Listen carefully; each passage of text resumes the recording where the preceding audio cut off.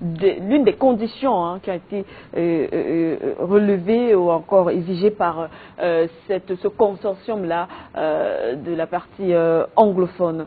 Alors, qu'est-ce que vous en pensez? On parle de libération de ces jeunes-là qui ont quand même participé à ce mouvement de ce côté dans cette partie du Cameroun. Est-ce que vous pensez que la libération pourra peser de son poids, pourra essayer, pourquoi pas, d'apaiser aussi peut-être la situation?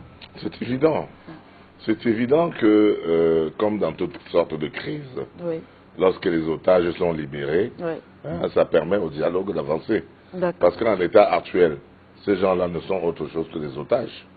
Hein, parce qu'ils ont été pris, oui, une quarantaine, oui, 21, me dit-on, ont été libérés. Oui. Il y en a encore 20. Donc, ce que j'ai entendu les contestataires anglophones dire, c'est que faut d'abord libérer les enfants qui ont manifesté. Bon, maintenant, c'est trop facile de créer des crimes pour mettre à leur en compte. Oui. Hein, c'est trop facile de dire que ils ont commis ci, ils ont commis ça, pour occulter le problème de fond. Je veux dire que mais ça fait partie des usages, des jeux et des enjeux de la politique. Ça fait partie des habillages. Ouais. Hein, c'est-à-dire que il faut mettre quelque chose dans la balance pour dire que bon oui, vous avez brûlé le drapeau, par exemple. Hein, et donc vous avez brûlé le drapeau, et puis quoi encore? Et puis donc voilà, on va négocier à partir de là. Donc oui, le problème de fond, et le monsieur qui a parlé de l'Angola, oui, l'a touché. Oui. Au-delà de ce que monsieur Abouem Matchoui, le ministre, un des témoins encore vivants, a écrit, hein, que j'ai lu, et que les témoins survivants, comme lui, Biya et Dorothy Njema, qui connaissent l'histoire de fond en comble, oui, devraient pouvoir trouver une solution à cela. La chose est simple, c'est que les promesses n'ayant pas été tenues, les anglophones ont été abusés. Voyez-vous, pourquoi on en arrive à la République unie, alors que la constitution de la République fédérale avait stigmatisé que la forme de l'État ne changera pas. La constitution le dit, oui, que la forme fédérale de l'État, on ne la touchera pas. Il y a un article qui le dit.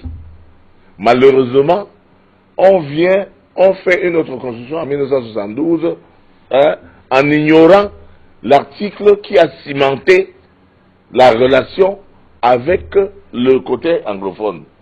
La forme fédérale de l'État n'est pas susceptible de changer, n'est pas en débat. Et toute question relative à la forme de l'État est irrecevable. C'est écrit, noir et blanc. Alors, Maître Momo, nous sommes d'accord avec ce que vous dites, mais dès le départ, quand même, il faut le dire, le Cameroun a été divisé à cause de la colonisation. Il y a eu la colonisation. Oui, voilà, dès le départ, c'était quand même un pays. Oui. J'en viens. Je dis quoi? Ça, c'est l'histoire. Oui. L'histoire, c'est que bon, il y a eu les Anglais d'un côté, oui, du côté anglophone, et les francophones. C'est pas une mauvaise chose si on veut quand même réunir les deux parties. Mais il y avait déjà l'unification. La fédération, c'est quoi? C'est l'unification. Il y a eu la réunification. Oui. La réunification, c'est en 1961. Oui. Mais la réunification sous la forme fédérale. Maintenant, en 1972, vous avez cassé, brisé, oui, cette fédération. Oui. C'est l'unification. Oui, tout à fait. Pourquoi vous pensez que la fédération, c'est une séparation? La fédération n'est pas séparation. Il y a eu l'unification, la réunification des deux États en 1961. Oui. Et donc maintenant, en 1972, parce qu'on a trouvé le pétrole à Limbé, dans la partie anglophone, oui, les Français qui étaient encore au pouvoir au Cameroun et qui sont toujours encore au pouvoir au Cameroun jusqu'à ce jour, ont manœuvré avec Aïdjo pour créer l'État unitaire en violation de la Constitution fédérale, en violation de l'article qui est le ciment, ouais, qui était le ciment de la réunification, pour pouvoir s'accaparer du pétrole de Limbé. Parce qu'on a vu que alors que dans l'État fédéral, ouais, les biens de chaque État lui appartiennent. Comme je vous ai parlé des mobiliers de tout à l'heure, ça lui appartient. Mais il y a une quote-part que vous devez donner au pouvoir central. Or, en créant ex nihilo, la République unie, ils ont avalé tous les biens des anglophones. Ouais. Écoutez, c'est pas parce que je suis francophone que je vais faire la langue de bois. Il faut dire la vérité. On les a spoliés, on les a volés. La vérité, c'est ça. Et c'est clair. Ils demandent qu'on revienne au statu quo ante, qu'on revienne à la constitution du départ, qu'on analyse l'article inamovible qui était le ciment de la fondation de l'union, de l'union, parce qu'il y a union. Ne croyez pas, comme je vois dans le quartier, les gens pensent que le fédéralisme va diviser les gens. Mais les gens sont comment? Ils ne comprennent pas que c'est une union toujours, mais sauf que c'est la forme de l'État qui change, qui donne le pouvoir à l'État fédéral, aux États fédéraux, chacun d'avoir une certaine autonomie. Il n'y a pas un plus grand bien qui ne puisse arriver au Cameroun. Et d'ailleurs, c'est pour ça que les sécessionnistes ont dit. Ils ont dit, l'État fédéral ayant été dissous, l'État unitaire appartient maintenant à la France. Et ils appellent le pouvoir de Yaoundé le pouvoir colonial français. Et c'est vrai, c'est les Bolloré qui vivent ici, qui agissent ici. Vous avez une entreprise, quand on dit investissement, vous allez voir les Bolloré, ils ne payent pas les impôts ou ils payent moins, ils ne payent pas le personnel, c'est eux qui font garder le SMIC à peine à 35 000 francs ici, alors qu'ailleurs, juste ici au Gabon, en Guinée équatoriale, le dernier manœuvre est payé à 150 000 francs. D'accord? Donc c'est eux qui font ça. Et les sécessionnistes ont dit ceci. Vous les francophones, restez avec la France si vous voulez. Et laissez-nous. Ou si vous voulez qu'on continue ensemble, quittez la France-Afrique, quittez les Français, et venez, on construit notre maison sans eux. Est-ce qu'un discours comme ça n'est pas compréhensible? C'est une information peut-être qu'on n'avait pas. Oui, c'est leur discours, c'est le raccourci de leur discours. Il faut que les gens disent la vérité. La vérité, c'est ça. La vérité, c'est que les francophones sont toujours liés à la France, qui spolient tous les biens, et eux, ils n'ont rien. Depuis le pétrole de Limbe jusqu'au gaz de Bakassi, tout le pétrole Bakassi, et tout ce qu'il y a dans la zone. La zone est riche, mais ils ne peuvent pas se développer. Parce que, regarde comment on a écrit même dans la Constitution qu'on va faire la décentralisation. Ça fait 20 ans. Même la décentralisation là ne se met pas en place. Pourquoi? Parce que les gens vivent bien en l'État. Et le peuple vit mal. Le peuple francophone, comme le peuple anglophone, vit mal. Il ne faut pas qu'on vous trompe.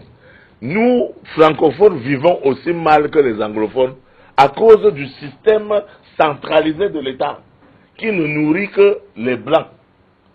La France, en l'occurrence. C'est ça la vérité. Alors, Maître Momo, on a eu cette information ce matin, qu'on pourra appeler information de dernière minute. La population anglophone réclame une présidence rotative ou régionalisée. Est-ce que ce n'est pas normal? Est-ce que ce ne serait pas une revendication normale? Que eux aussi. Est-ce que qui a dit que, comme on vient à l'Union, le président sera toujours francophone? Je crois qu'il faut tenter aussi un président anglophone. Pourquoi on n'a que 2 présidents pendant presque 60 ans? 60 ans, 2 présidents. L'un fait son temps, 23 ans, il donne la passe à l'autre qui est déjà à 34 ans. Après, il va donner la passe à quelqu'un d'autre encore qui va faire quoi? Et les anglophones, qu'est-ce qu'ils gagnent? Attendez, quand nous nous mettons ensemble dans nos tontines, dans nos organisations sociétales, mais ça, on met l'argent en commun, vous gagnez pour acheter ce que vous voulez. Après, demain, c'est mon tour, non? Pourquoi, dans une sorte de Ndjangi, parce que la politique n'a Ndjangi, comme a dit Achou, pourquoi dans ce Ndjangi, il n'y a que les francophones qui vont toujours prendre la mise et les anglophones ne prendront jamais rien? Est-ce que ce serait juste? Est-ce que ce serait équitable? Est-ce que ce serait justice?